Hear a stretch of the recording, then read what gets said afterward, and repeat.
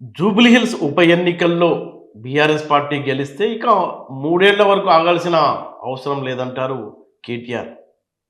Same ఇలాంటి డైలాగ్‌లే Congress party అధికారంలోకి వచ్చినప్పుడు ఈ ప్రభుత్వం ఎక్కువ కాలం ఉండదంటూ కామెంట్స్ చేశారు.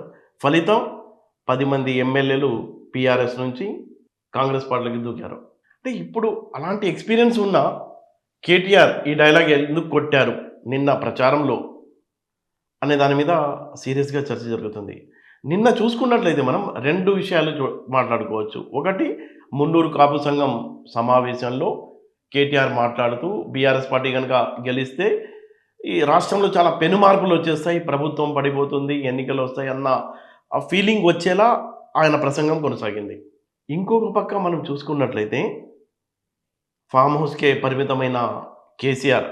కేసీఆర్ అంటే ఆయన సైలెంట్‌గా ఉన్నా, చైతన్యవంతంగా ఉన్నా తెలంగాణ రాజకీయాల్లో సంచలనమే. అయితే ఆయన్ని చూసిన వాళ్ళు అభిమానులు గాని, పార్టీ కార్యకర్తలు గాని చాలా ఆందోళన పడుతున్నారు. హరీష్ రావుని పరామర్శించడానికి కేసీఆర్ కోకాపేట వచ్చారు. ఆయన చాలా ముఖం అయితే చాలా డల్‌గా, కళావిహీనంగా మారిపోయింది ఆయన ముఖం. గడ్డం బాగా పెరిగింది. చేతిలో కర్ర, ఆ కర్ర సహాయంతో ఆయన హరీష్ రావుని పరామర్శించడానికి వచ్చారు. ఎంతో గంభీరంగా ఆయన కనిపిస్తున్నప్పటికీ ఏదో ఆయనలో టెన్షన్ ఉంది అన్నట్టు అందరికి అర్థమవుతుంది. లేదా ఆయన అనారోగ్య సమస్యలతో ఏమన్నా బాధపడుతున్నారా? ఆయన ఆరోగ్య పరిస్థితి ఏంటి? అనే దాని మీద గూడా చాలా పుకార్లొచ్చాయి. గతంలో గూడా ఆయన కొన్ని కంటిన్యూగా పరీక్షలు చేయించుకోవడం, అనారోగ్యంగా ఉన్నారు, ఆయన హెల్త్ బాగాలేదు అని ఆ టైంలో సీఎం రేవంత్ రెడ్డి గూడా కామెంట్స్ చేశారు.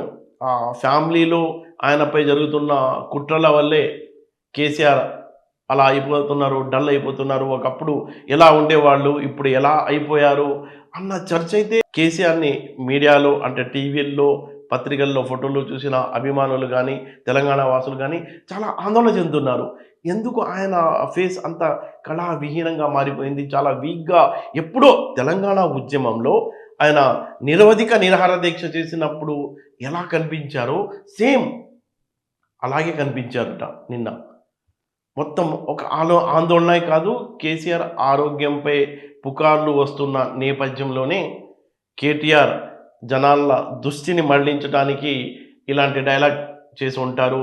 3 ఏళ్ళు అంటే ఇక్కడ జూబ్లీ హిల్స్‌లో గనుక ఎన్నికల్లో గెలిస్తే 3 ఏళ్ళు ఆగాల్సిన అవసరం లేదు, మళ్ళీ ఇక్కడ ఎన్నికలవుతాయి, కేసీఆర్ సీఎం అవుతారు అన్న మెసేజ్ మీద చర్చ జరగాలి అన్న ఉద్దేశంతోనే ఆయన అలాంటి డైలాగ్ కొట్టారని మాట్లాడుకుంటున్నారు జనమైతే తెలంగాణలో.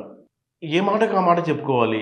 కేసీఆర్ అయితే చాలా అసహనంతో కుటుంబంలో జరుగుతున్న రాజకీయ పరిణామాలు గానీ, కుమార్తె అంటే ఆమెకు బాగా ఇష్టం. ఆమె పార్టీ నుంచి సస్పెండ్ అయ్యారు. తర్వాత రాజీనామా చేశారు. ఇప్పుడు జనం బాట పేరుతో నిజామాబాద్ నుంచి ఆమె వెళ్తున్నారు. దానిపైన గూడా కొంత మీడియాలో రకరకాలుగా వచ్చాయి. జోస్యాలొచ్చాయి. ఏమని? కేసీఆరే ఆమెతో పార్టీ పెట్టించి ఉంటారు అని.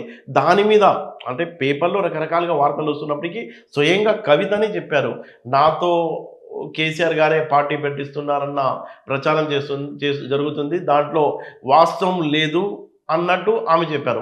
అసలు ఆమె పార్టీ పెడుతున్నారా లేదా అనే విషయం కూడా ఎవరికీ తెలీదు. ఆమె జనం బాట అంటే జాగృతి ఒక ఎన్‌జీఓ. ఆ ఎన్‌జీఓ తరఫున ప్రజల సమస్యల్ని 10 ఏళ్ల అంటే 9 ఏళ్ల కేసీఆర్ పాలనలో సామాజిక తెలంగాణ సాధ్యం కాలేదు అంటూ వాళ్ళకు న్యాయం చేకూరుస్తానంటూ ఆమె బహిరంగంగానే బీఆర్ఎస్ పార్టీ పైన విమర్శలు చేస్తున్నారు. అవన్నీ కేసీఆర్ బాగా అంటే ఫ్యామిలీలో రాజకీయ సంక్షోభం అంటే ఆధిపత్యం.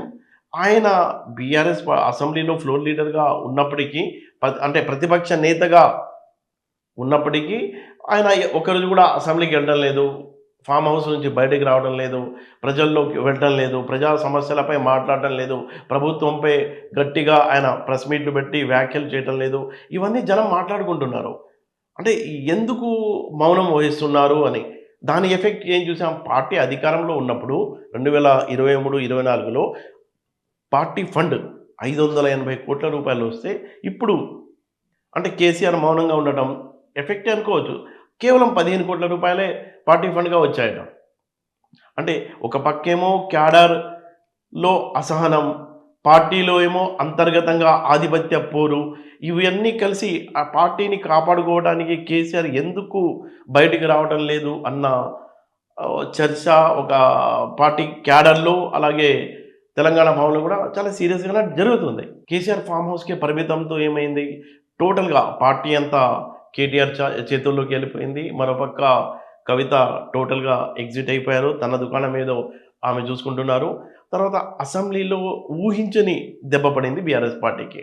ఒక వెలుగు అంటే 2001లో పార్టీని స్థాపించి 2014లో తెలంగాణ రాష్ట్రాన్ని సాధించుకుని, ఆ తర్వాత వరుసగా 2 సార్లు అధికారంలో ఒక వెలుగు వెలిగి బలమైన శక్తిగా ఎదిగిన బీఆర్ఎస్ పార్టీ ఎన్నికల ఫలితాలతో రాజకీయ సంక్షోభంలోకి పోతుందని చెప్పుకోవచ్చు. ఆ తర్వాత జరిగిన ఎంపీ ఎన్నికల్లో కనీసం ఒక ఎంపీ సీట్ కూడా గెలుచుకోలేకపోయారు. ఆ తర్వాత ఉప ఎన్నిక, కంటోన్మెంట్ ఉప ఎన్నిక అక్కడ కూడా చేతిలో ఉన్న సీట్ పోగొట్టుకున్నారు. ఇప్పుడు జూబ్లీ హిల్స్ ఎన్నికలు జరుగుతున్నాయి. ఈ ఎన్నికల్లో ఎలాగైనా పరువు కాపాడుకోవాలి అన్న ఉద్దేశంతో హోరాహోరీగా తలపడుతున్నప్పటికీ కేసీఆర్ వచ్చి ప్రచారం చేసే అంటే స్టార్ క్యాంపెయినర్‌గా ఆయన పేరైతే ప్రకటించుకున్నారు గానీ, ఆయన వచ్చి మీటింగ్ చేసే పరిస్థితి అయితే అలాంటి వాతావరణం అయితే ఎక్కడా లేదు. వాళ్ళు కూడా చెప్పారు.